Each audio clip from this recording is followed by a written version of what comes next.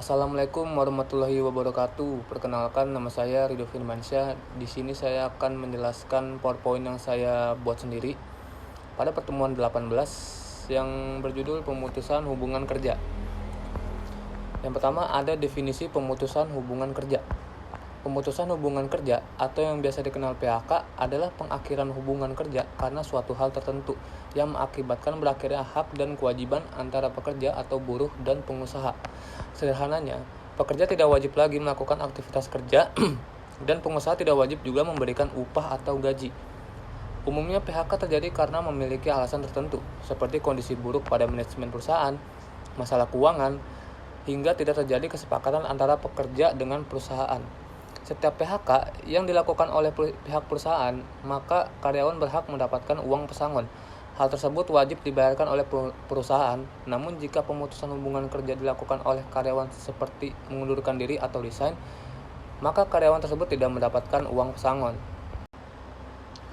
Yang kedua, ada aturan pemutus kerja. PHK tidak bisa dilakukan secara bebas. Ada beberapa aturan yang memperbolehkan dan tidak mengizinkan perusahaan melakukan PHK. Berikut adalah aturan PHK berdasarkan Peraturan Pemerintah Nomor 35 Tahun 2021. Di sini ada dua bagian.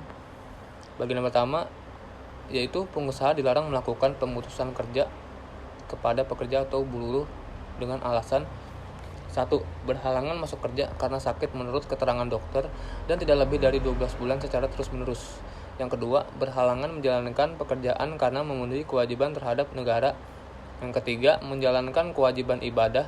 Yang keempat, menikah. Yang kelima, hamil, melahirkan, keguguran atau menyusui. Yang keenam, mempunyai hubungan keluarga dengan pekerja atau buruh lainnya dalam satu perusahaan. Yang ketujuh, mendirikan, menjadi anggota dan pengurus serikat pekerja, serikat buruh. Yang ke-8, melakukan kegiatan serikat pekerja atau buruh berdasarkan ketentuan yang diatur dalam perjanjian kerja. Lanjut ke bagian 2-nya, pemutusan hubungan kerja antara pengusaha dan pekerja dapat terjadi karena 1. Perusahaan melakukan penggabungan, peleburan, pengambil alihan, atau pemisah perusahaan dan pekerja atau buruh tidak bersedia melanjutkan hubungan kerja atau pengusaha tidak bersedia menerima pekerja atau buruh. Yang kedua, perusahaan melakukan efisiensi diikuti dengan penutupan perusahaan atau tidak diikuti dengan penutupan perusahaan yang disebabkan perusahaan mengalami kerugian. Yang ketiga, perusahaan tutup yang disebabkan karena mengalami kerugian secara terus-menerus. Yang keempat, perusahaan tutup yang disebabkan keadaan memaksa. Yang kelima, perusahaan dalam keadaan penundaan kewajiban pembayaran utang. Yang keenam, perusahaan pilot. Dan yang terakhir, adanya permohonan pemutusan hubungan kerja yang diajukan oleh pekerja atau buruh.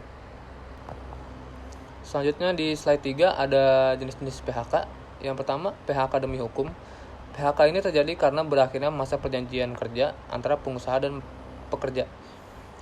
Biasanya dapat terbentuk pekerja atau buruh meninggal dunia, pensiun, atau permohonan perusahaan untuk mem-PHK pekerja ditolak pengadilan hubungan industrial. Yang kedua ada PHK karena melanggar perjanjian kerja. PHK ini terjadi karena salah satu pihak melanggar perjanjian kerja yang telah disetujui. Namun, biasanya hal ini dilakukan oleh pihak perusahaan kepada pekerjanya. Misalnya, pekerja melanggar perjanjian kerja dan telah memberikan surat peringatan ketiga, sehingga PHK perusahaan berhak melakukan PHK. Yang ketiga, PHK karena kondisi tertentu. Jenis PHK ini umumnya terjadi karena beberapa kondisi yang memaksa pihak perusahaan untuk melakukan pemutusan hubungan kerja. Misalnya, pekerja atau buruh mengalami sakit berkepanjangan, perusahaan terlilit hutang, atau mengalami kerugian secara terus-menerus. Yang keempat, PHK sepihak. PHK sepihak ini dapat terjadi ketika salah satu pihak memutuskan untuk memutuskan hubungan kerja secara sengaja. Salah satu contoh PHK sepihak yaitu ketika pekerja atau buruh yang dikualifikasikan mengundurkan diri, misalnya tidak masuk 5 hari berturut-turut tanpa alasan, sehingga perusahaan berhak untuk memberlakukan PHK. Selain itu, PHK sepihak juga dapat dilakukan oleh pihak perusahaan ketika pekerja melakukan pelanggaran berat seperti penipuan, penggelapan, hingga yang bertentangan dengan hukum. Selanjutnya slide terakhir yaitu kompensasi PHK. Selain aturan dan jenis PHK, uang pesangon yang didapatkan oleh karyawan juga memiliki perhitungan tersendiri. Berdasarkan pasal 40 pada PP nomor 35 tahun 2021, berikut adalah perhitungan uang pesangon karyawan.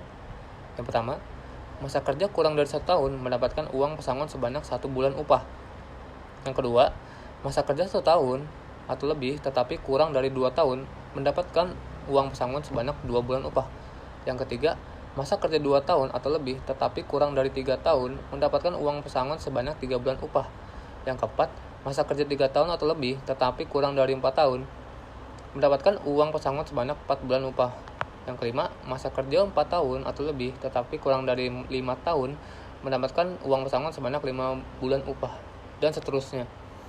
Jadi cukup sekian dari saya. Apabila ada salah kata mohon dimaafkan. Wabillahi taufik walhidayah. Wassalamualaikum warahmatullahi wabarakatuh.